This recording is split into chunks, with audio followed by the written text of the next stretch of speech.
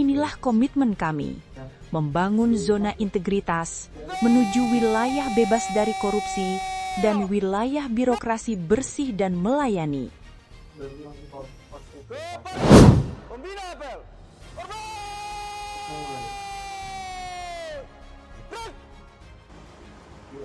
Assalamualaikum warahmatullahi wabarakatuh. Waalaikumsalam.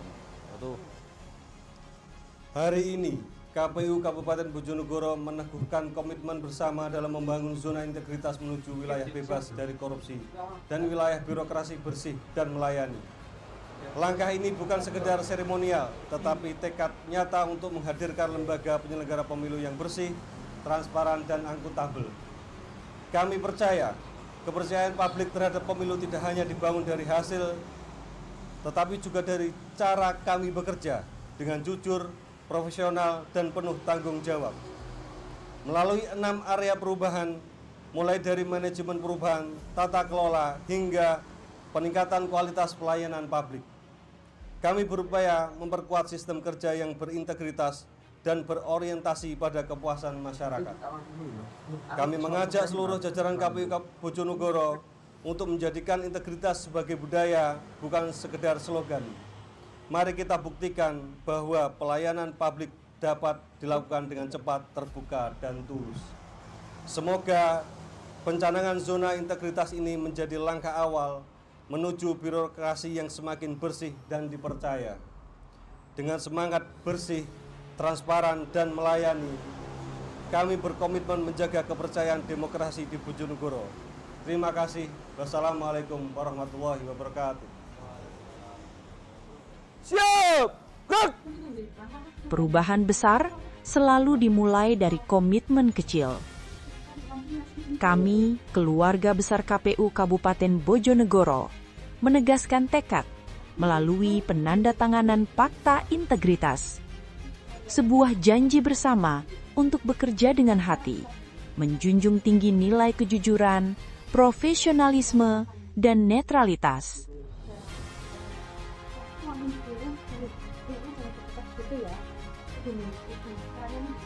Setiap pegawai kami adalah agen perubahan yang bekerja tidak hanya untuk melaksanakan tugas, tapi juga menjaga kehormatan lembaga penyelenggara pemilu.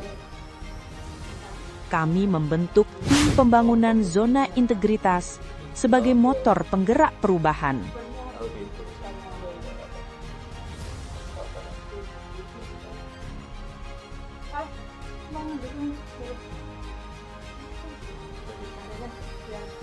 Ya, fokus.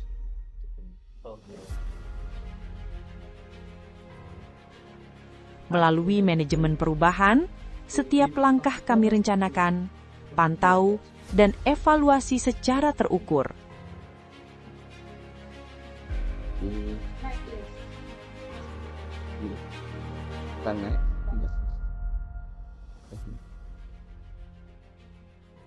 Setiap inovasi, sekecil apapun, menjadi bagian dari budaya kerja baru, transparan, terukur, dan berorientasi hasil.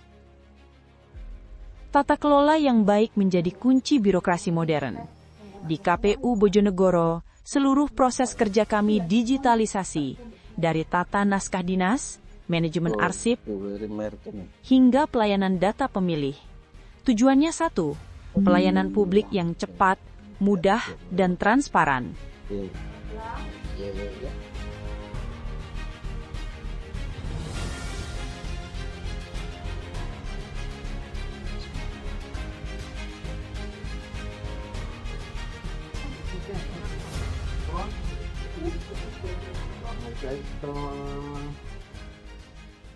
SDM yang unggul melahirkan pelayanan publik yang tangguh. KPU Bojonegoro menata sistem kepegawaian berbasis kinerja dan kompetensi.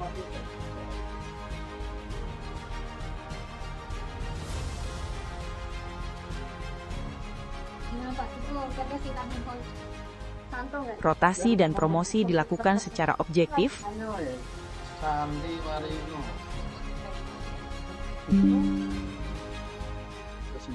sementara pelatihan dan coaching diberikan untuk memperkuat karakter serta etika kerja. Karena integritas tidak hanya diajarkan, tapi dibiasakan.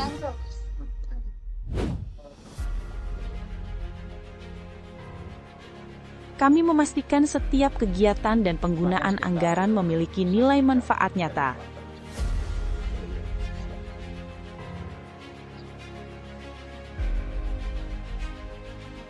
Oh, ini bersamaan ya? Apa khusus KPU Bojonegoro?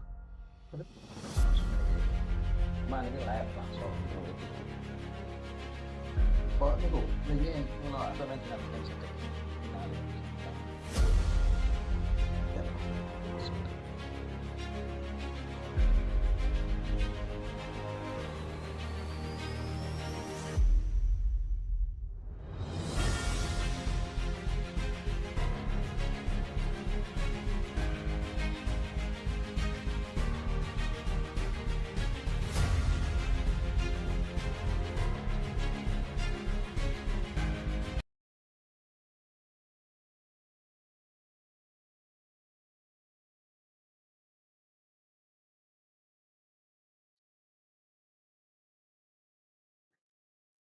Ya, Pak.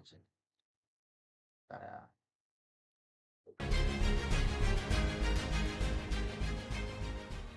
Laporan kinerja, pelaporan keuangan, dan capaian program kami sajikan secara terbuka. Transparansi adalah bentuk tanggung jawab kepada masyarakat, bukan sekadar kewajiban administratif.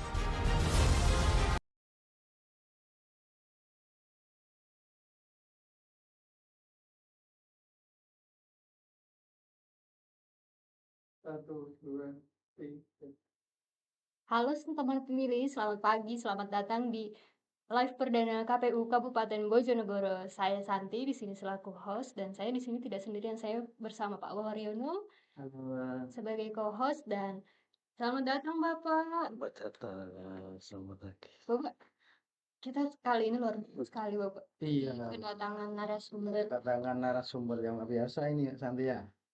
Iya, Bapak Ainun Naim Makmun. Biasa dipanggil apa nih Gus atau apa nih? Gus, tinggal Gus Yaiun. Eh, Gus Yaiun, namanya nanti ya. Oh ya, ya. Santi, ini Gus Yaiun ini kan narasumber kita hari ini. Beliau itu dari RMI, ya Gus ya. Boleh dijelaskan sedikit mungkin Gus, RMI itu seperti apa? Saya salah satu dari pengurus wilayah RMI Nahdlatul Ulama, Robitoh Ma'ahid Islamiyah, itu yang membidangi di bidang pendidikan. Ya. Baik, teman pemilih, topik kita hari ini agak-agak ngeri-ngeri sedap nih. Politik Gen Z dalam perspektif agama. Gimana nih Pak? Agama itu topik-topik yang agak-agak ngeri-ngeri sedap Pak. Saya baca topiknya itu Gen Z dalam perspektif agama. Ini kalau Santi termasuk apa sih ini? Kalau saya termasuk Gen Z Pak, tapi Gen Z ini biasanya dia malas mengurusi soal politik Pak, karena mayoritas mikir, apa gunanya politik di hidup saya gitu nih Pak. Gimana nih Pak? Nah, nanti biar kita minta penjelasan dari narasumber kita nih. Iya. Baik. Mungkin bisa diniku Gus Yai, kaitannya kali ini terkait Gen Z itu kan biasanya Gen Z itu tadi yang gimana kan? Iya, ada males ngurusin politik kan? Males ngurusin Iya. politik. Mayoritas. Dianggap apa politik itu ya? Iya, mayoritas paling mikirnya, gak ada impact-nya juga nih ke hidup saya gitu. Mungkin kita dengarkan penjelasannya dari Gus Yai. Terima kasih kepada Mbaknya, Mbak Santi sama Bapak Waryono. Salam sehat selalu. Assalamualaikum warahmatullahi taala wabarakatuh. Terima kasih kepada KPU Kabupaten Bojonegoro yang beri kesempatan pada saya untuk pagi ini yang luar biasa. KPU Bojonegoro makin hebat, makin sukses, mampu mengembangkan dinamika perpolitikan di tanah air. Memang betul Pak, berarti politik itu kan pol-polnya kan geli menggelitik. Iya. Oh iya. Iya. Ini bahasa Bekasi Iya, geli nurut iya. itu. Nanti pol-polnya kan geli menggelitik Oh, gitu. Iya. Maka semakin orang itu semakin di politik, berpolitik dia akan semakin asik. Karena memang berpolitik harus asik. Nggak boleh nggak asik. Ya sama kan gitu. Ya, iya. iya. Makanya harus asik dalam berpolitik. Ya, makin tertarik ya Kenji Ya, saya. gitu. Maka ketika kita masuk ke gengsi, Pak, ya. Gengsi itu kan anak-anak yang kelahiran 1997 97 ya. itu mulai gengsi. Itu di negara kita berdasarkan data BPS itu kan 75 juta jiwa. Iya, luar biasa. Nah, kan begitu. Makanya, makanya mau tidak mau ya seperti tokoh-tokoh politik senior, tokoh-tokoh lintas agama itu harus memberi pencerahan bagaimana pentingnya politik di seluruh dunia, khususnya di Indonesia. Karena tidak bisa, Pak. Kita tidak bisa lepas dari politik. Betul. Oh, ya. Gitu. Termasuk Kenji tadi. Iya, termasuk gengsi tadi. Oke. Termasuk gengsi tadi itu. Jumlahnya aja sekian banyak. Iya, terus sekitar berapa persen itu. Kenji politik ya, tiga. Karena itu harus berpandai-pandai untuk adalah pendidikan berpolitik di anak muda itu. Jangan sampai generasi gengsi itu atau generasi milenial itu apatis, Pak, terhadap politik. Karena nanti bahaya untuk sebuah negara itu bahaya. Betul. Anak muda kan juga penerusnya. Ya betul. Maka dari generasi penerus itulah kita harus memberi pembelajaran kepada mereka bagaimana berpolitik secara asik. Nah, makanya tadi judulnya kan geli-geli kan. Geli-geli kan. Ya, pokoknya kan geli-geli asik. Iya. Nah, tadi Ya. kesankan kalau jumlah Genji itu sekian banyak lah ya. Ya. Mulai di tahun 1997 sampai dengan 2000-an. 2015 kalau nggak salah ya. Nah, Iya. kalau kita lihat begitu besarnya ini, kira-kira ini potensi Genji ini seperti apa Gus ya dalam apa nanti atau politik itu dengan jumlahnya yang besar itu tadi. Ya, dengan 27,sekian%, Pak. Ya. Kita nggak bisa melepaskan itu dari mereka. Karena estafetnya nanti kan ke anak-anak itu. Iya. Maka kita perlu terima kasih kepada senior-senior, pemangku kebijaksanaan, dan seterusnya itu yang selalu memberikan edukasi kepada generasi gengsi.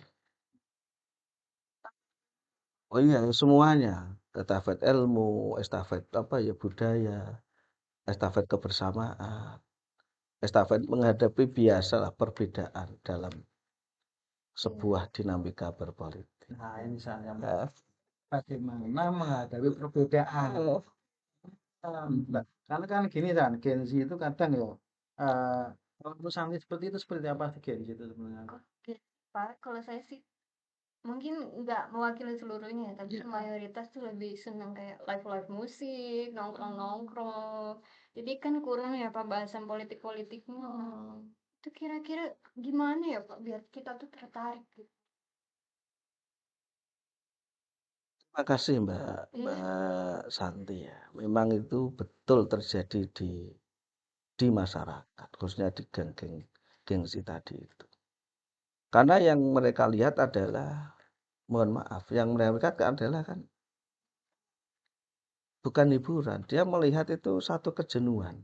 Oh, Kenapa kok apa yang dikatakan oleh calon tadi itu kan itu kok tidak sesuai dengan realita ketika sudah dia terpilih. Itu yang penyebab utamanya di situ. Nah, kan begitu betul itu hanya oknum. Akan tetapi walaupun oknum kalau kita tidak berbenah diri secara menyeluruh, yaitu nanti yang jadi korban kan tetap sebuah demokrasi yang telah kita bangun bersama. betul. Jadi Pak Iya, betul. Gen Z punya potensi nggak sih Pak dalam kehidupan berpolitik? Oh, sangat, sangat potensial sekali. Sangat potensial sekali. Karena dinamika demokrasi, dinamika pemilihan sudah dimulai kan setingkat desa. Itu kan pembelajaran. Nah, iya.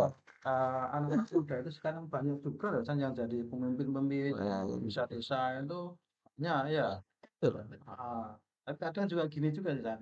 Gen Z itu gini. Kadang kalau saya melihat di media-media gitu ya, Gen Z itu misalnya kita kasih pilihan A dan B, ini dia malah nyari yang pilihan C kok nggak ada C. Nah, kayak gitu ya. Punya pemikiran sendiri, betul. Nah, barangkali mungkin bisa kita tarik sedikit nih, San. Misalnya Gen Z, kemudian itu politik, terus kira-kira Gus ya, Iya. dengan agama, dengan politik ini seperti apa sih? Kadang kan tadi Gen Z itu kadang baik juga gua mikir gua kan ini nggak penting gitu loh. Nah, kalau kita lihat dari sisi agama, Gus ya, ini seperti apa sih? Jadi yang pertama yang harus kita infokan kepada gengsi tadi itu yang pertama kembali kepada niat. Itu jelas. Mohon maaf ya, kita kan muslim. Ya, Ada sebuah hadis innamal a'malu binniyah. Likulli imri'in ma nawa. Jadi semuanya tergantung kepada niatnya.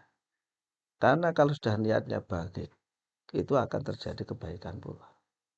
Itu yang pertama. Tetap pondasinya itu di niat dia mau kayak apa kan itu. Kalau dia niatnya untuk apa ya, mencari pekerjaan ya hanya di situ. Tapi kalau diniati dia asik dengan ilmu yang dimiliki, aku terjun di apa ya, di politik itu saya berniat ibadah, maka dia akan mendapat dua sisi. Sisi dunawiyah dia dapat, sisi pahala dia juga dapat.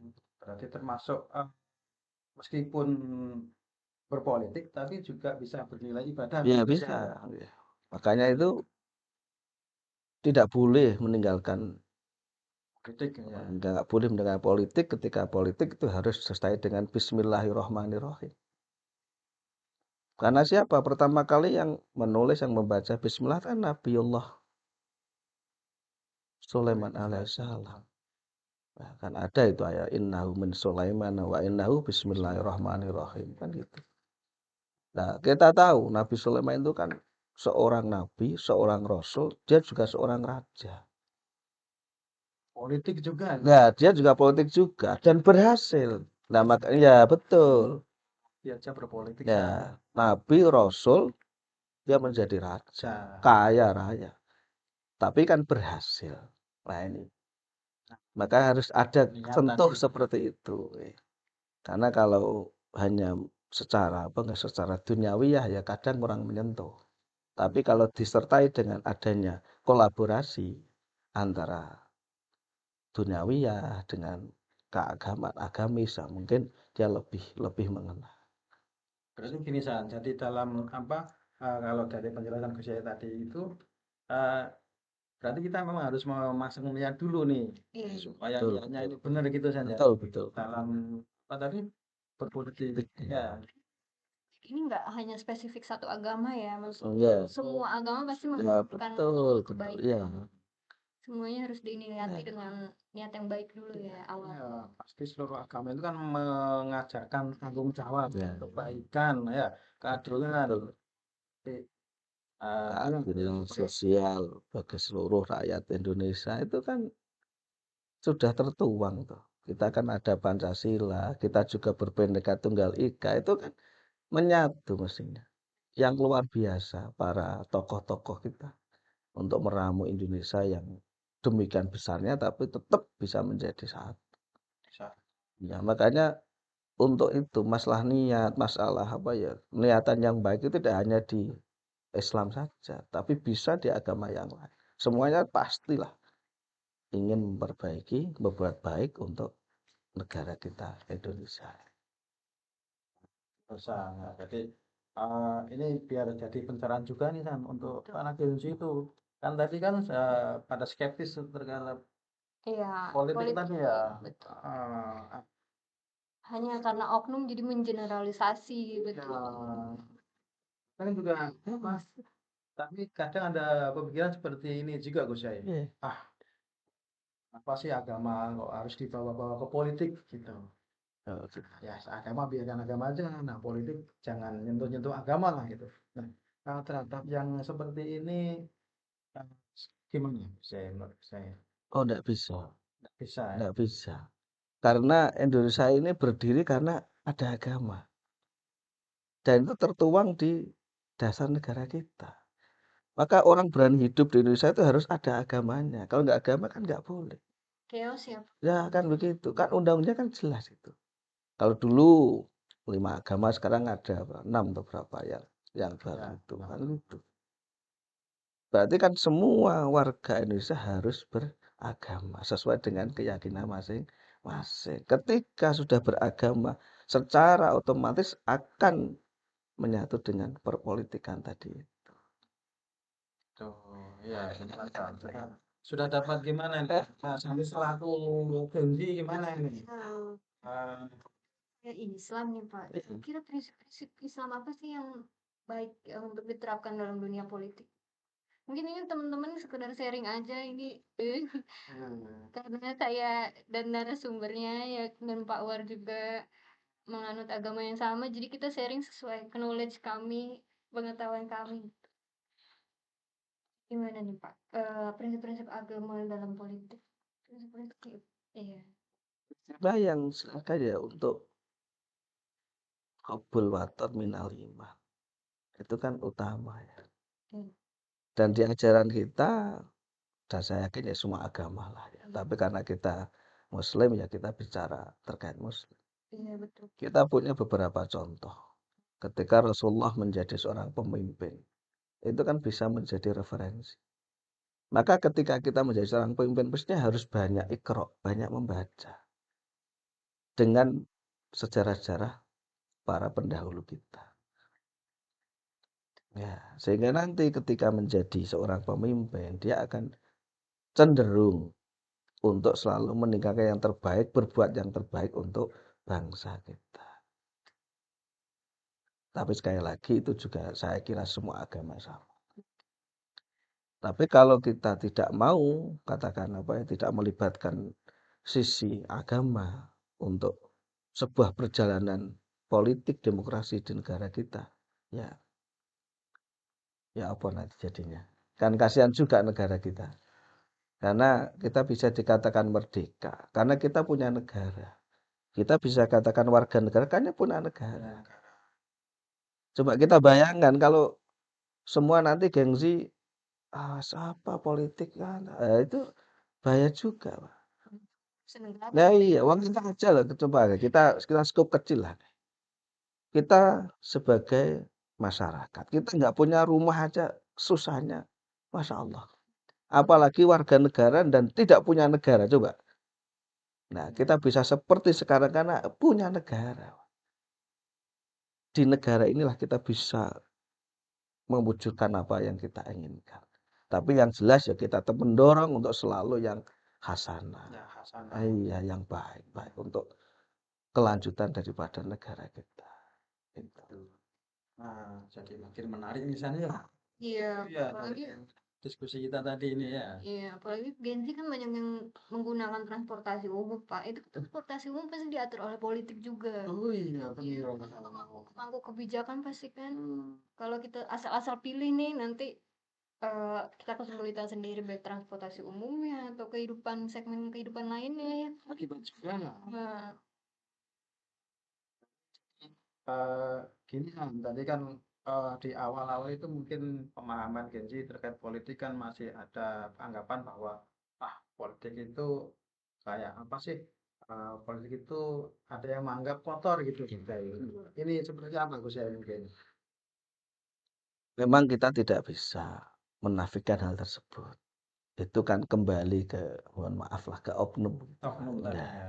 makanya biar tidak itu menjadi sebuah kebakuan, seolah-olah itu benar, maka kembali tadi itu ke niat awal tadi itu. Lihat lagi tadi. Nah iya, karena di situ bisa diniati untuk sesi perjuangan bisa. Ya kita lihatlah contoh-contoh tokoh-tokoh di negara kita. Itu semuanya kan niatnya kan niat memang untuk menata sebuah negara.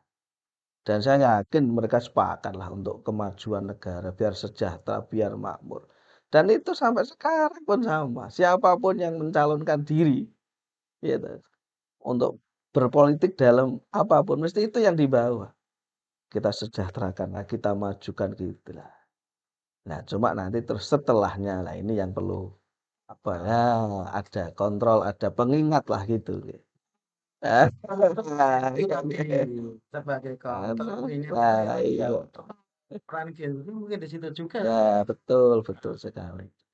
yang di awal ya, tapi juga terus menjadi pengingat juga di berikutnya. Nah, berarti itu yang tapi ini ya sama kayak kayak dapur ya di politik itu sebenarnya sih bersih, cuman kadang kalau misalnya kita habis goreng ikan kita nggak cuci wajah ya jadi kotor. Nah, betul. Jadi sebenarnya politik itu juga nggak kotor, cuman kadang Ya, bisa ya betul. apa oknum-oknumnya saja kadang yang bikin politik itu jadi terkesan tidak itu ya. Nah, sampai tadi kadang tadi betul ya. Pak, kita harus memperbaiki sistemnya seperti apa nih? Kadang gini loh, sesuatu yang hasanah yang baik itu jarang dilihatkan. Tetapi sesuatu yang doif, yang jelek itu selalu diupload. Akhir-akhir kan begitu, Pak. Akhir ini kan kayak begitu. Prestasi-prestasi para pemangku kebijaksanaan yang baik itu jarang dilihatkan. Tetapi sesuatu yang kurang baik itu yang selalu di Oke, sering Nah, dimunculkan ya. makanya ya itu iya betul sekali. Makanya bagi saya pribadi, kita itu ya tetap butuh kritik, tetapi kita juga butuh solusi. Gitu. Nah sekarang bagi saya yang diutamakan adalah solusi, bukan pembenci, bukan emosi, tapi solusi yang harus dicari secara bersama-sama.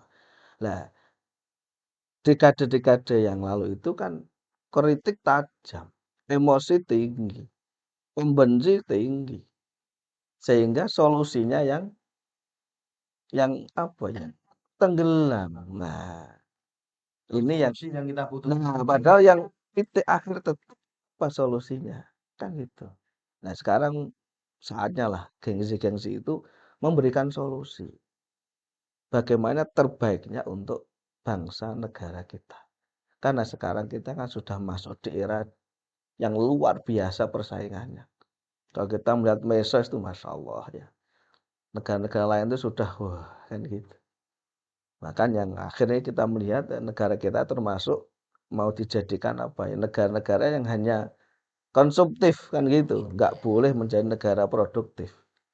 Padahal di setiap gitu pasti ada keputusan politik yang harus diambil.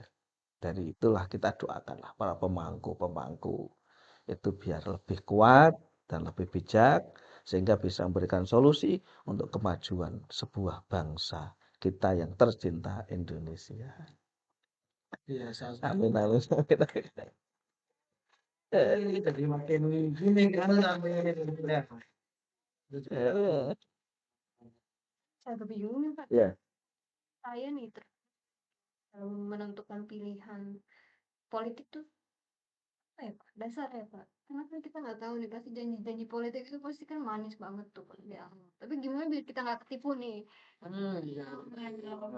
Ini. Maksudnya melihat sekilas kan dikasih pilihan A, B, ya dia tahunya milih C. Ya. Dengan pilihan yang lain. Iya. Nah, ini seperti apa ini kerjanya? Ini berarti kan Pak ya, Pak ya. Kan Pak ya. Ini berarti kan memang ada istilah lama di kalangan-kalangan orang-orang pesantren itu kan gitu. Memang pil itu ya pil. Jadi kalau kita lupa minum pil KB ya jadinya ya hamil. Tapi kalau pil kada kalau jadi lupa. Barisannya. Ya. Bener nih. Akan tetapi kita nggak bisa lepas dari itu. Karena itu sebuah keputusan, sebuah pilihan yang sudah kita putuskan. Maka jalan keluarnya ya apa? Ketika kita ada banyak pilihan, ya kita harus milih yang terbaik. Ada yang baik, ada yang terbaik. Ya kita pilih yang terbaik. Nah, disinilah kita dibutuhkan kedewasaan. Ya siapapun bolehlah berpromosi apa, monggo itu hak masing-masing warga negara. Tetapi kita selaku gengsi dengan keilmuan yang kita miliki, dengan pengalaman yang luar biasa, maka kita harus milih yang terbaik untuk bangsa ini. Tapi dalam tanda kutip, kita nggak perlu menjatuhkan, nggak perlu menjelek-jelekan, karena itu nggak boleh. Kita nggak boleh sekali itu, dilarang. Kenapa kok dilarang ya tadi itu? Karena tidak ada manusia yang sempurna. Nah, kita terkadang terjebak di situ. Kita asik menilai orang lain tapi lupa dengan diri kita sendiri. Padahal ketika kita menjadi pejabat apapun ya juga banyak kekurangan. Wah, kali sama. Berarti gini ya kadang apa kita itu para Gen Z itu kadang melihatnya itu dari dilihat ini hasilnya Betul ya. juga nggak? Banyak ya pasti. Wah, nggak usah dihitung. Ya lanjutkan gimana tadi itu? Ya betul betul ya. Nah, betul ya, ya. Oh, betul betul backgroundnya apa? Yang FYP itu berapa? Ah, iya. Harus biodatanya kita lihatlah. Kadang sekarang kan lagi ini trending itu ya, selebgram itu. Ya. Jadi yang follower banyak belum tentu itu baik Iya. ya yang baik. Jadi harus dipilah-pilah tadi seperti yang saya Gus Yai tadi. Kayak Ya, sesuai yang jangan katakan tadi, gengsi itu dikasih A, B, kenapa dia milih C? Itu berarti dia sudah punya pilihan. sudah punya Sudah punya pilihan. Dia sudah nggak begitu bisa dipengaruhi secara utuh karena sudah punya pilihan. Maka sekarang di event-event pel-pel itu sekarang yang didekati kan rata-rata kan gengsi sama milenial. Nah, kan gitu. di jumlahnya Ya, jumlahnya yang besar tadi, tadi yang besar 27 sama 27, sekian sama 25, sekian. dan mudah untuk adanya itu tadi dikasih yang FYP gitu kan ya kalimatnya Ya itu bisa dilihat juga lah. Maka dengan kita lihat lah itu calon-calon itu sekarang kan juga ketika tampil juga kan berprofil muda dia. Iya dia kan berarti kan sadar diri. Kalau saya menampilkan yang sekarang, wah ini ya nggak diminati sama gengsi sama milenial. Maka dia ditampilkan foto yang lama ya, yang masih muda untuk menarik. Asik kan? Semakin asik tuh berpolitik. Ya, pokoknya menggelitik dan asik. Hot ini Ya. ya nah ini mungkin ini San kalau kita itu ya Gen Z itu kan kadang digital itu seperti apa ya karena kan Gen Z itu kadang eh, mudah sekali untuk apa menerima informasi terus kadang baru apa kita lihat sebentar sudah di-share baru lihat sebentar sudah dibagikan ke yang lain itu dilihat itu benar ini salah gitu ya nah kalau mungkin menurut Santi gimana Gen Z dengan hoax dan digital itu Misalnya Gen Z hoax itu kayaknya lebih sering ke keluarga. nah oleh karena itu biar ini biar kita tanyakan satu nah, terkait ini ke saya ini apa ini apa tinggi dengan digital yang apa mudah sekali menyebarkan informasi-informasi hoax ini berita-berita palsu. Nah, so, pandangan-pandangan agama terkait dengan berita palsu atau hoax. kalau dilihat dari sudut agama Gus Yahya. Ini salah satu PR kita bersama. Saya kira juga seluruh agama lah, tokoh-tokoh itu. Memang kita akhir-akhir itu melawan hoax itu sangat, ya mohon maaf ya, berat. Ya, ya, ya, karena mereka itu menggunakan itu kan tidak hanya dari dalam negeri, kan juga ada yang dari server lain. Sehingga mau tidak mau, satu-satunya jalan awal kita ya ketika anak-anak itu duduk di sekolah. Ya. Ketika duduk di sekolah itulah awal-awal kita harus memberikan pencerahan terkait berita hoax tadi itu. Nah ini mumpung ini kan juga hari guru kan. Oh, Wah iya. Ya. Iya, Masya Allah. Kita iya Mas Guru. Kita bisa seperti ini juga karena apa ya berkat guru-guru kita yang tercinta dengan tabah sabar mendidik kita, telaten ya luar biasa. Sekarang bisa seperti Mbak Santi duduk di sini, seperti Pak Waryono duduk di sini, Masya Allah. Ya, mm. Iya. Nah, ini saya suka ini tadi ada J yang paling besar. Karena gini, karena kan ada sesuatu yang perlu kita kita apa ya kita telah lagi. Ada pahlawan nasional kemarin sudah ya toh. Terus sekarang ada yang namanya pahlawan tanpa jasa. Lah ini yang kurang anu, Pak. Kurang tepat ini. Pahlawan tanpa jasa kan identik dengan guru, padahal guru itu jasanya besar sekali. Nah, ini semoga pemangku kebijakan itu agak dirubah lah. Jangan diulang-ulang terus karena kalau terus diulang-ulang nanti kasihan nasib guru-guru itu. Nah, ini semoga para pemangku itu mulai dari pusat, mulai dari provinsi sampai kabupaten di hari guru ini semoga guru disejahterakan. Kan bisa kolaborasi antara pemerintah pusat, provinsi, kabupaten. Bagaimana tidak disebut lagi pahlawan tanpa jasa, tapi pahlawan yang betul-betul berjasa kepada bangsa negara ini untuk mencerdaskan anak bangsa. Nah, yang ketiga ini ya, iya dari ini. Ya, Terus yang mudah untuk menyebarkan berita-berita iya, palsu ya hoax tadi dimulai dari bangku sekolah. dari bangku sekolah. Dari bangku sekolah, dari pondok pesantren, dari mungkin di lembaga yang lain. Itu di situ mulainya. Itu. Karena ya kalau ini kita biarkan ya bahaya untuk sebuah keutuhan negara. Karena mereka masif, Pak. Sama memecah belah. Wah, betul iya. Dia masif dan sekarang kita penduduk Indonesia itu geng-geng Z, geng milenial semuanya rata-rata sudah pegang HP. Dan saya kira HP-nya Bu Santi sama Pak Waryono kalah dengan geng Z itu ya. Iya, gengsi itu HP-nya Masya Allah, canggih-canggih ya. Kita itu gak ada HP-nya, yang penting Nah, ya kalau mereka ya, ya tunjuk betul. kameranya dulu, Iya. kecepatannya dan lain-lain. Ya, karena sesuai kebutuhan aja kan gitu. Ya, kalau mereka kan tidak, mereka kan semuanya bisa. Ya, bersyukurlah generasi muda Indonesia itu semakin maju, tetapi juga harus kita ingatkan harus difilter biar tidak terjumus ke dalam berita hoax. Maka tadi saya katakan kita tidak butuh kritikan yang murni, tapi kita butuh solusi tadi itu. Solusi yang kita butuhkan. Karena gini San, berita hoax kayak ini seperti mie instan gitu.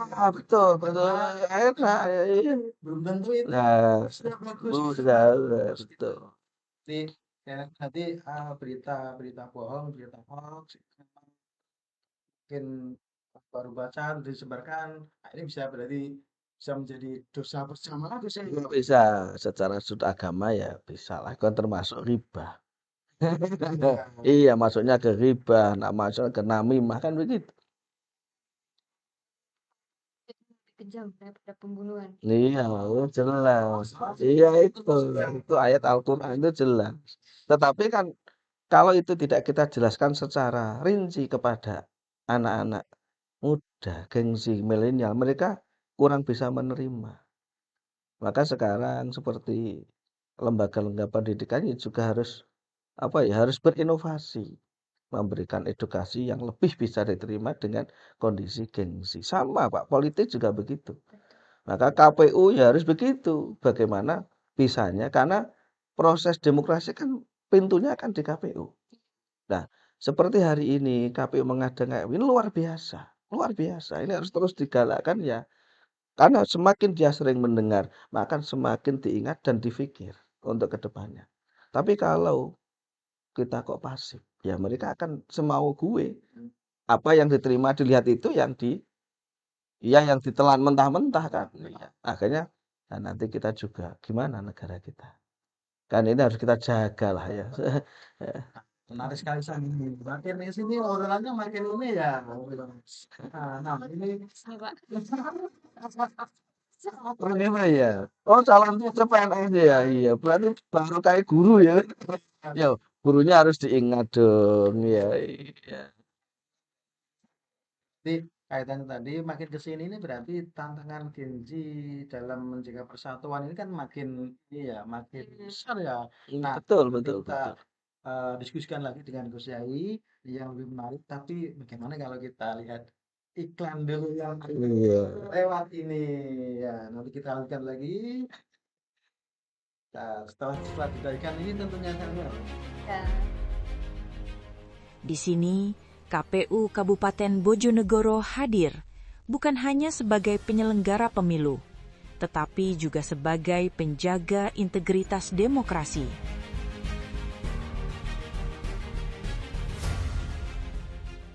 Kami percaya, kepercayaan publik bukan hanya dibangun dari hasil, tapi dari cara kami bekerja, dengan jujur, transparan, dan melayani. Inilah komitmen kami, membangun zona integritas menuju wilayah bebas dari korupsi dan wilayah birokrasi bersih dan melayani. Pembina apel.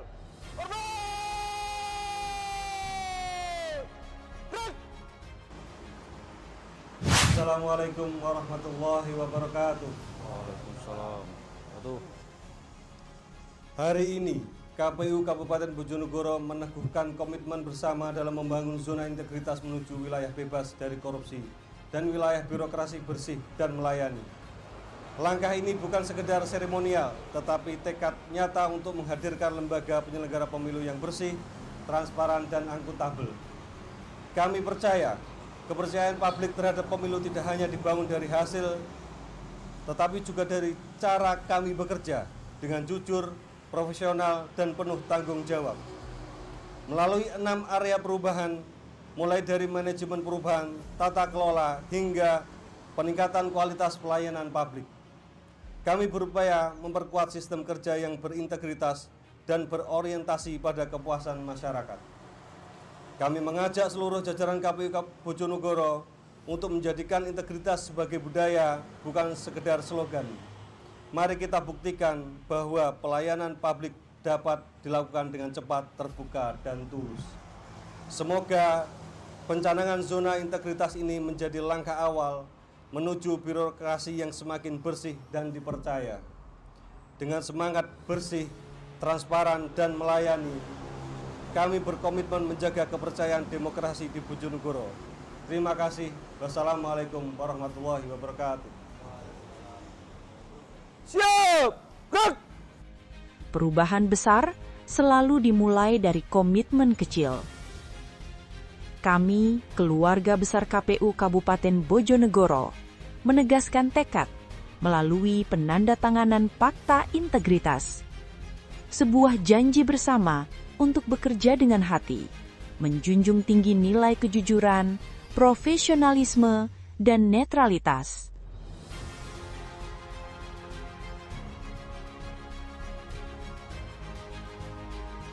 Setiap pegawai kami adalah agen perubahan yang bekerja tidak hanya untuk melaksanakan tugas, tapi juga menjaga kehormatan lembaga penyelenggara pemilu. Kami membentuk tim pembangunan zona integritas sebagai motor penggerak perubahan.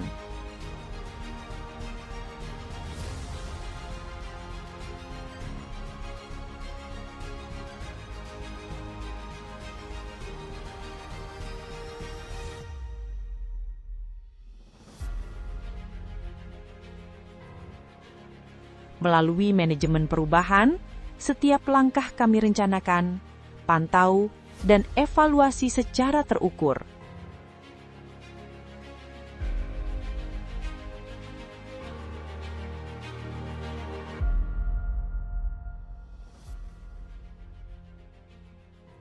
Setiap inovasi, sekecil apapun, menjadi bagian dari budaya kerja baru, transparan, terukur, dan berorientasi hasil. Tata kelola yang baik menjadi kunci birokrasi modern. Di KPU Bojonegoro, seluruh proses kerja kami digitalisasi, dari tata naskah dinas, manajemen arsip, hingga pelayanan data pemilih. Tujuannya satu, pelayanan publik yang cepat, mudah, dan transparan.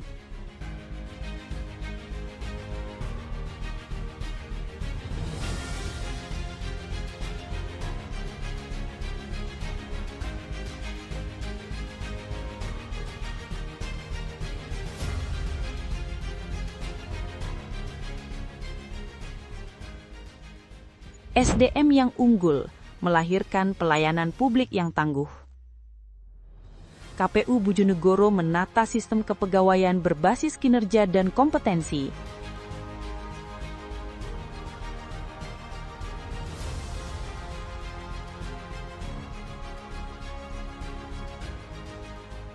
Rotasi dan promosi dilakukan secara objektif,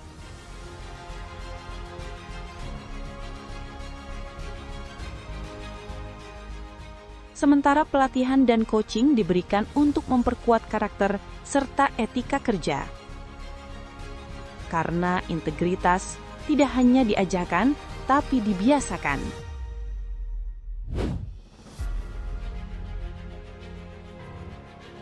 Kami memastikan setiap kegiatan dan penggunaan anggaran memiliki nilai manfaat nyata.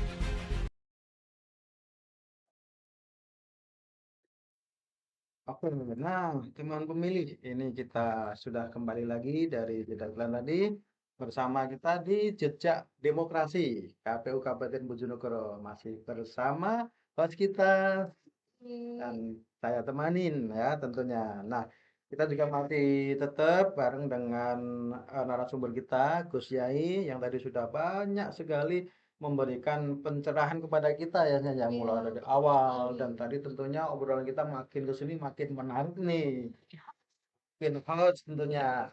Nah, ini kan kita diskusikan lebih lanjut nih bagaimana tantangan-tantangan Gen Z ini dalam menjaga persatuan.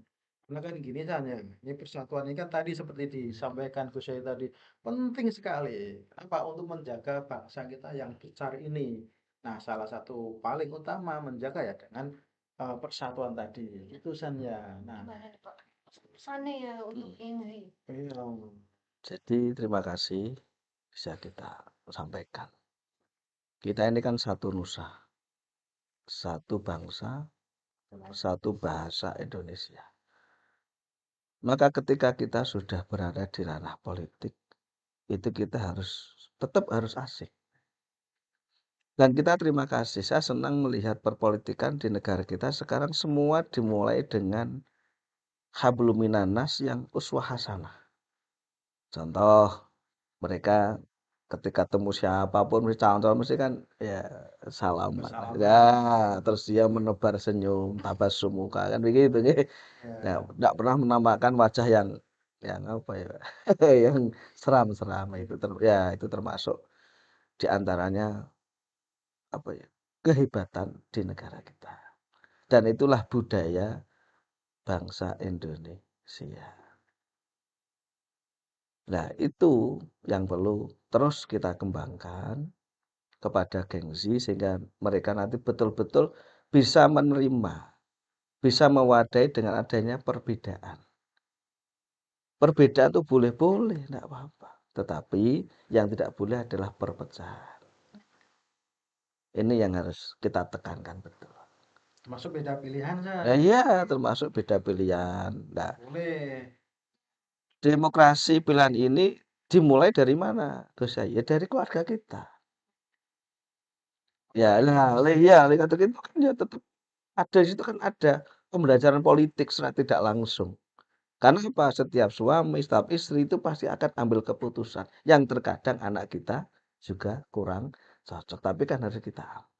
Tapi kan tetap dalam suasana yang yang hasanah tadi yang baik. Betul. Ya, itulah. Harus saling menghormati. Ya, betul ya. Terkadang orang tua juga harus menuruti kemauan anak. Itu mestinya sudah pembelajaran sejak awal. Cuma terkadang kita kan melihatnya kan yang wah kita nggak melalui KPU nggak top lah itu. Nah, padahal dari lingkungan kita lah sudah kita dibelajar untuk demokrasi. Bisa dimulai dari lingkungan Nah, lingkungan yang dekat paling Anda. dekat. Bukan yang paling kecil, yang paling dekat Yang lah ya. paling dekat. Karena keluarga itu tuh besar, Mbak. Keluarga itu besar. Jangan dianggap kecil, besar. Tapi yang keluarga yang apa? Lingkungan yang paling kecil di keluarga kita masing-masing tadi itu. Ya nih, jadi harus dimulai dari lingkungan keluarga, San. Ya. Karena dengan keluarga itu kan yang paling dekat dengan kita ini. Betul. Nah, tapi kadang gini Gus ya, Ya. kadang tadi ya apa itu medsos itu kadang bikin kita ini mudah terpecah belah. Ya. Padahal kan itu sebenarnya hal-hal yang remeh. Iya, Seharusnya betul. tidak menjadikan itu kita berpecah belah nih. Betul. Nah, kadang baru beda selera musik aja, kadang sudah itu. Belum beda pilihan. Ya. Nah, ini jadi pastinya nih Gus ya, Ya. agama kan pasti mengajarkan persaudaraan, kemudian kerukunan, dan juga pastinya saling menghormati. Nah, ini di era digital ini supaya Gen Z itu tidak tidak gampang memanas ya San ya. Ini kira-kira seperti apa sih Gus ya, biar tidak mudah terpancing dengan tadi hal-hal yang tadi remeh gitu San ya. Terima kasih Pak Waryono. Saya bersyukur selaku bangsa, selaku warga, selaku masyarakat rakyat Indonesia melihat dinamika perpolitikan pemilihan di negara kita. Saya acungi jempol para tokoh-tokoh itu luar biasa. Contoh lah seperti presiden kita itu. Itu contoh yang konkret. Karena sekarang gengsi itu yang dibutuhkan kan nyata. Dia bisa melihat, ya kan begitu. Bisa melihat, bisa mendengar, sehingga dia akan mencontoh, oh ternyata kayak begitu. Walaupun ketika di dalam kontestasi itu ada dinamika yang luar biasa, tapi begitu selesai ya sudah selesai. Karena konteksnya memang pemilihan. Ya, sudah selesai. Nah, sudah itu kan dicontohkan oleh para elit politik kita. Makanya gengsi itu tidak senang ketika dia hanya mendapat cerita itu kurang mengena bagi dia. Maka dengan adanya medsos, itu kan mereka akan melihat loh kok apik men yo sekian kali kontestasi tapi akhirnya menjadi satu dan semuanya dijadikan satu untuk satu tujuan memajukan sebuah bangsa. Dan ini yang bisa memperkecil tadi perpecahan di dalam generasi gengsi tadi itu. Insya Allah tidak mudah lah untuk dipecah belah karena mereka juga melihat idola-idolanya kayak begitu. Dengan contoh-contoh. Iya, dengan contoh yang ada tadi, contoh yang ada di medsos itu. Iya, nggak cuma lip service ya. Nah, begitu loh. Makanya hal seperti itu sama KPU harus sering ditampilkan. Kalau itu tidak ditampilkan nanti yang dilihat kan yang tadi itu. Yang doif, yang jelek-jelek dilihat terus akhirnya di mindset dia kayak ini berarti bener padahal itu salah. Nah, itu dan itu menjadi tanggung jawab kita semua. Betul. Semuanya elemen masyarakat menjadi tanggung jawab. Punya tanggung jawab terhadap untuk menjaga NKRI ini harus kita jaga betul. Dengan dinamikanya kayak begitu. Makanya jadi makin menarik saja. Mungkin teman-teman keliling yang di rumah, yang di mana-mana, saya yakin mungkin tertarik nih dengan obrolan kita. Luar biasa. persatuan, lebih-lebih di era digital ini Ya. ya. Iya. Dikit udah ada Iya, betul itu. orang diam aja bisa dibikin berbicara. Orang yang apa? Yang sudah Nah, itu juga dari dari sini kan ini buat sayang sekali. Nah, ini terkait ini Gus ya, Ya. mungkin ada nggak sih panduan agama ya dari sisi agama untuk kita ini dalam memilih pemimpin gitu ya. Kan kalau tadi ya mungkin dilihat followernya Ya. itu ya mau dilihat FYP nggak ini, terus dilihat apa tadi apa Iya, harus background check background checkingnya. dilihat dari kayak gitunya. Nah, mungkin kita tanyakan ke Gus Yahya ini dari Sudut pandang sudut pandang agama karena saya yakin teman-teman di rumah juga pasti ingin tahu. Pokoknya kan kita singgung tentang agama dan poligami. Nah, ini seperti apa sih Gus Yahya dalam memilih pemimpin kalau dari sudut agama Gus Yahya? Terima kasih Pak Waryo sama Bu Santi sekali lagi. Jadi yang paling penak dan enak itu anak-anak ditunjukkan tareh, tunjukkan sejarah. Secara Sejarah kalau agama Islam ya, lihatlah para khulafaur rasyidin. Kalau mungkin agama lain juga ada. Itu yang paling penak. Karena mereka sudah baku, sudah pernah mengalami seperti itu. Dan juga bisa dilihat dengan tokoh-tokoh kita yang telah memimpin. Karena tidak ada yang sempurna. Maka kalau saya di masyarakat, saya tidak pernah menggunakan kalimat kalah menang, tidak pernah saya. Jadi untuk meredam, biar tidak terlalu manas, tidak terlalu nanti ekstrim, itu saya di masyarakat menggunakan sistem apa? Juara 1, juara 2. juara 1, juara 2. Ya. Wah, itu istimewa, itu jelas istimewa. Iya. Lagi ini pribadi saya kayak begitu. Saya nggak pernah menyebut kalah menang enggak, tapi saya artikan juara 1, juara 2. Yang juara 1 kemungkinan nanti juga bisa menjadi juara 2, yang juara 2 bisa menjadi juara 1 dan seterusnya. Juara 3 pun bisa jadi juara. Itu lebih menekan emosi daripada pendukung atau pemilih tadi itu. Nah, Iya. nah, ternyata apa? Ternyata lughat bahasa itu juga sangat menentukan untuk memengaruhi emosional daripada gengsi tadi atau masyarakat pada umumnya. Termasuk penggunaan istilah tadi. Ya, betul. Nah, juara 1, 2 3 gitu. itu lebih sejuk. Karena kan tadi dibilang itu kan kompetisi kan. Nah, berarti kan kompetisi. Tapi kalau kita menggunakan kalimat yang tadi, ya, Kalah, menang. itu kan berat pasti. Kan ngaruh pada Iya, psikologis. psikologisnya begitu. Karena yang menang euforia, yang kalah enggak mau kalah. Maka kadang berkepanjangan kayak begitu. Tapi kalau kita gunakan istilah juara 1, juara 2, juara 3, 4, 5, itu menurunkan tensi emosional bagi para pendukung masing-masing. Ya, tidak selalu memanaskan. Nah, kan begitu. Nah, kan begitu. Kan bahaya juga. Iya. Maka kita perlulah sering-sering menceritakan keberhasilan para tokoh-tokoh ini. Kan gitu. Contoh sekarang seperti di Islam itu ada Sayyidina Utsman bin Affan. Itu kan juga seorang yang hebat. Iya, era Rasulullah itu. Ketika dia menjadi seorang pemimpin, menjadi seorang khalifah, itu sudah 1300 sekian dengan kita.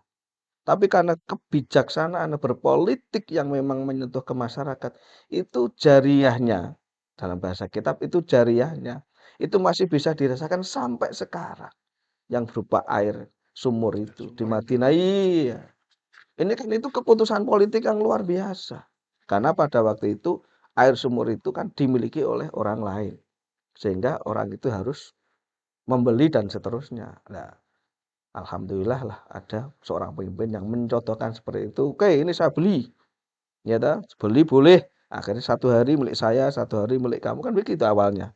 Nah, ketika jamnya, waktunya Sayyidina Utsman itu di free, sudah tidak usah beli, silahkan ambil sesukanya. Nah, ketika jam berikutnya, waktu berikutnya, hari berikutnya milik orang lain itu tidak ada yang datang karena masyarakat sudah cukup. Akhirnya apa? sing pemilik kedua tadi itu akhirnya menyerahkan, dah beli sekalian. Akhirnya dibeli sama Sayyidina Utsman bin Affan untuk kemakmuran rakyatnya seluruhnya, tidak hanya di kalangan umat Islam. Nah, inilah.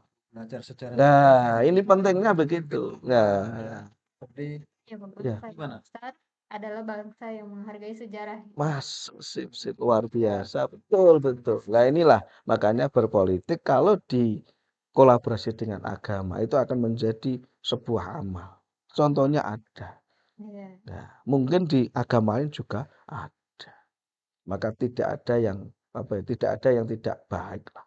Tetap politik itu baik karena semuanya kebijakan apapun itu akan diambil melalui perpolitikan dan semua. tulisan Ya. apa konsultasi tadi. Iya, Kebijakan politik. iya betul. Kita bukan dari Nah, politik. ya, betul.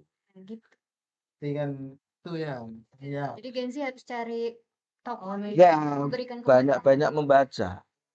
Cara Membaca gitu. Nah, kalau sekarang dia malas membaca, ya kita harus membuat itu apa cerita-cerita kayak begitu, karikatur, apa membuat video, tadi apa pakai AI, nah, itu kan bisa. Nah, Itu ini lebih termasuk bisa kita diterima. podcast ini Iya, juga. betul, iya. Kreasi, termasuk kita podcast Ya, Kan gitu. kadang teman-teman itu Lebih senang yang lebih senang mendengar Iya. daripada membaca. Iya. Jadi bisa mendengarkan podcast kita ini. Karena eranya kan sekarang era digital. Jadi dia tuh bisa melihat, mendengar dengan beraneka macam kelucuan, dia tertarik, dan begitu dia tertarik pasti asik di situ betul.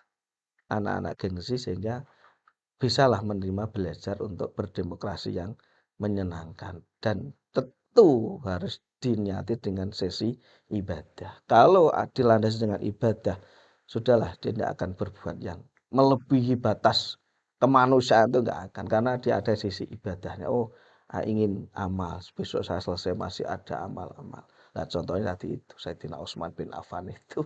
Nah, berarti agama sendiri sudah ini Gus ya, Iya. memberikan panduan, Betul. memberikan apa pedoman Iya. dalam memilih pemimpin itu sebenarnya. Dan itu saya yakin di semua agama. Aku semua ada, iya Tidak pastilah. hanya di agama Ya, Islam, tapi udah. juga seluruh agama Betul. pasti mengajarkan hal itu nih. Iya, mengajarkan kita berperilaku pasti harus Iya. bertanggung. Iya, betul. Apa yang kita lakukan itu ada pertanggungjawabannya. Nah, Maka tadi saya katakan Indonesia ini kan harus beragama seluruh warganya. Dan kita ini kan bangsa yang besar. Iya, 1/4 miliar.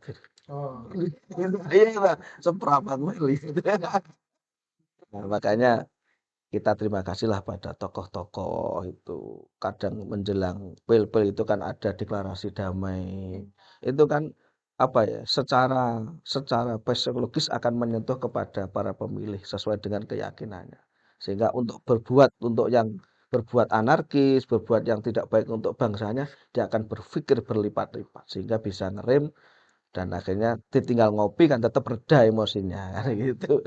Apalagi dicontohkan oleh para pemimpin kita yang luar biasa lah, semuanya hebat lah Iya. para tokoh-tokoh kita.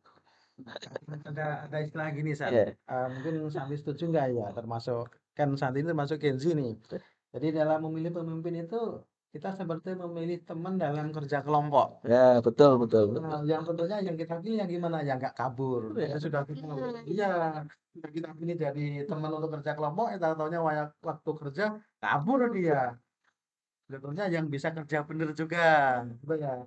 Dan yang juga tidak ini ada juga kalau di kerja kelompok itu teman-teman yang hanya muncul ketika pas mau presentasi. Pas kerja kelompoknya nggak mau. Tinggal pas presentasi, wah ini kita yang mau. Ya. Nah, itu. Nah, teman-teman sih. Jadi obrolan kita sudah banyak sekali nih. Mulai dari awal sampai tadi banyak sekali.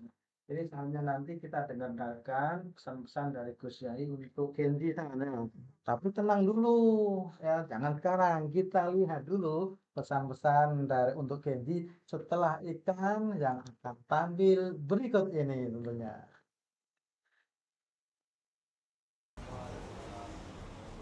Siap. Gerak. Perubahan besar selalu dimulai dari komitmen kecil. Kami, keluarga besar KPU Kabupaten Bojonegoro, menegaskan tekad melalui penandatanganan Fakta Integritas. Sebuah janji bersama untuk bekerja dengan hati, menjunjung tinggi nilai kejujuran, profesionalisme, dan netralitas.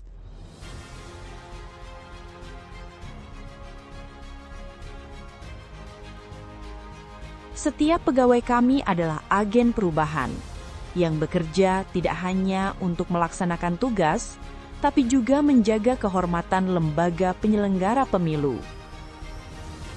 Kami membentuk tim pembangunan zona integritas sebagai motor penggerak perubahan.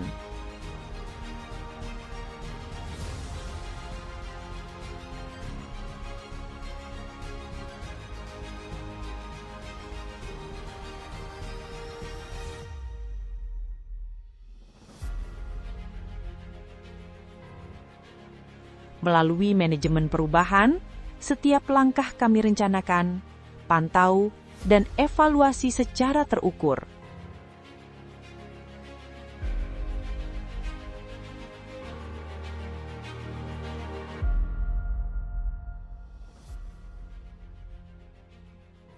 Setiap inovasi, sekecil apapun, menjadi bagian dari budaya kerja baru, transparan, terukur, dan berorientasi hasil. Tata kelola yang baik menjadi kunci birokrasi modern. Di KPU Bojonegoro, seluruh proses kerja kami digitalisasi, dari tata naskah dinas, manajemen arsip, hingga pelayanan data pemilih. Tujuannya satu, pelayanan publik yang cepat, mudah, dan transparan.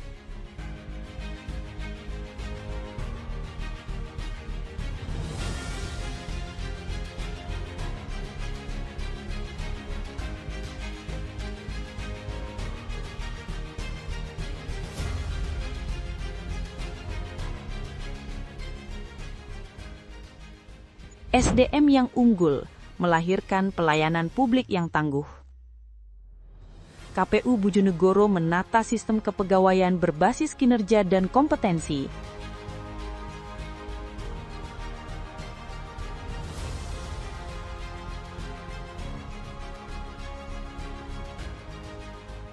Rotasi dan promosi dilakukan secara objektif,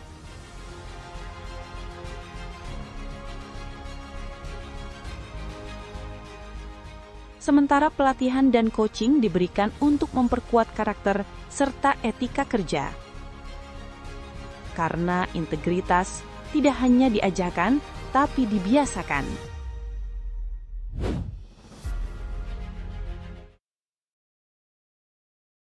Sama kami, sedih sekali kita berada di segmen terakhir ya Bapak. Iya. Aduh, gimana nih? Makin ke akhir ini sesi utama itu obrolan kita menarik lah sampai ke Iya, aduh. kalau pasti teman-teman pemilih juga sekali nih obrolannya. Oh iya. Apalagi Gen-Z nih kayak saya nih, Pak. Iya. Pasti dengerin banget ini. Aduh, tapi sebelum kita tutup nih Pak, saya ingin bertanya, kira-kira Bapak ada pesan khusus nggak nih untuk Gen Z Indonesia menjelang pemilu?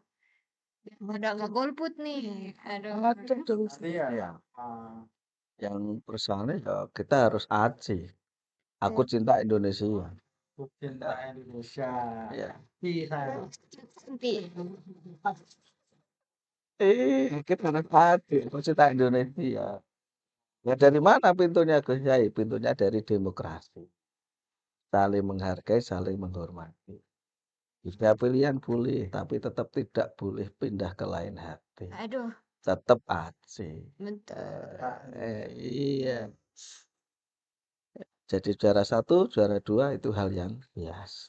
Karena ya itulah, hidup itu kan selalu berkompetisi dalam segala. Tetap semangat untuk demokrasi, tetap semangat untuk Indonesia. Jangan sampai golput lah. Nggak boleh, golput itu nggak boleh. Begitu kamu golput berarti sama dengan kamu menjatuhkan bangsa kamu sendiri. Betul. Iya, sekali lagi. Jangan golput sesuai pesan Iya. saya tadi. Jadi golput itu menjatuhkan negara kita sendiri. Betul. Ya, sekali saya katakan. Nah, teman-teman, ujualah yang mengusahakan kita nih. banyak sudah tadi yang disampaikan oleh narasumber ke kita, obrolan kita makin menarik, mulai dari awal sampai akhir, dan juga tadi pesan-pesan dari Gus Yai sudah disampaikan ke kita. Nah, akhirnya kita tiba nih di penghujung acara. Terima kasih Gus Yai Ya, yang sama-sama. mengucapkan atas waktunya. Tentunya ini tentunya beliau meluangkan waktu kan banyak pasti kesibukannya. Nah, sekali lagi teman-teman Genzi ingat ya. Nah, agama itu sudah memberi kita nilai-nilai yang baik tadi sudah disampaikan ke Gus Yai. Kemudian negara sudah memberikan kita ini hak pilih untuk teman-teman Genzi juga. Dan tinggal kita yang menentukan bagaimana dua hal itu menyatu dan menjadi dalam satu kata supaya kita ini bisa lebih bijaksana. Itu saya. Nah, tentunya dalam setiap pemilu dan pemilihan jangan sampai kita tidak menggunakan hak pilih kita. Jadi kita nanti gunakan hak pilih kita dengan sebaik-baiknya. Karena apa?